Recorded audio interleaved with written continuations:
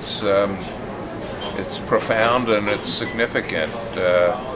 Digital media has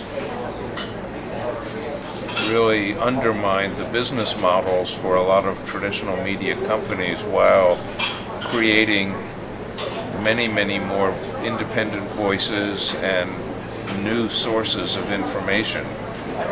What has not yet become clear is how people will make money from information in the future. We know how people make less money, the old media, but we haven't yet figured out a viable business model for new media.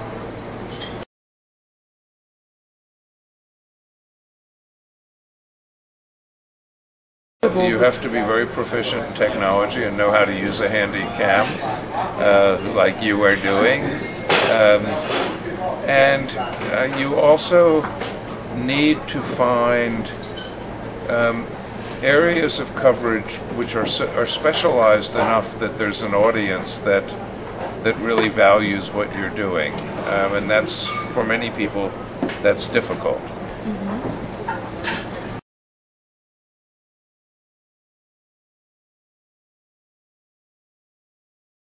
Technologies change things. There are still people around who like having a physical product in their hands. There are other people for whom it doesn't matter how the information is delivered as long as they get it. I happen to like to read newspapers, and I read page by page, and I get information that I miss when I read the online paper. My wife only reads online. She never reads anything in print except magazines about entertainment and celebrity.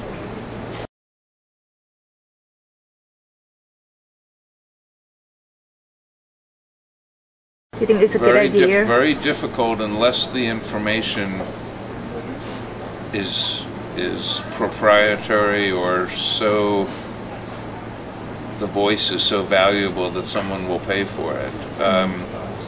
You know, if I'm sitting in New York and there's a tsunami hitting Phuket, I don't have to pay the New York Times to tell me there's a tsunami in Phuket because there are 50 other sources for that information.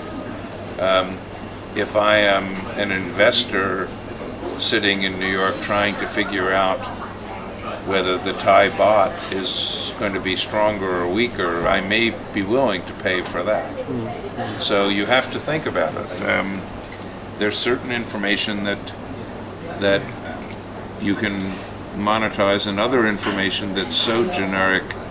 It's really about the law of supply and demand, and the laws have changed within the digital age.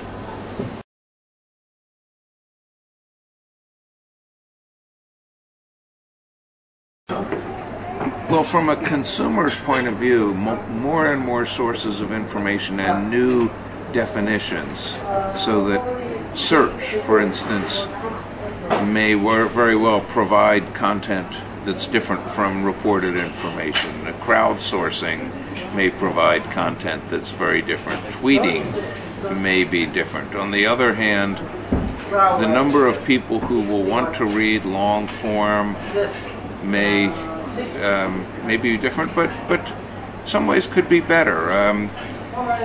You know, right now you can find a global audience for a story that might have in the past only had a local audience.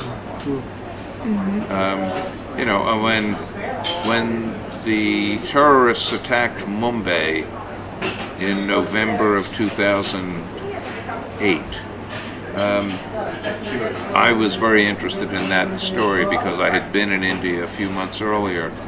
I didn't have to wait for the New York Times, which had one reporter in Mumbai, or CNN to tell me what was going on. I could go online to the Hindustan Times or the Times of India and get in-depth, complete reporting a day faster than it would have otherwise been the case. So that's pretty exciting.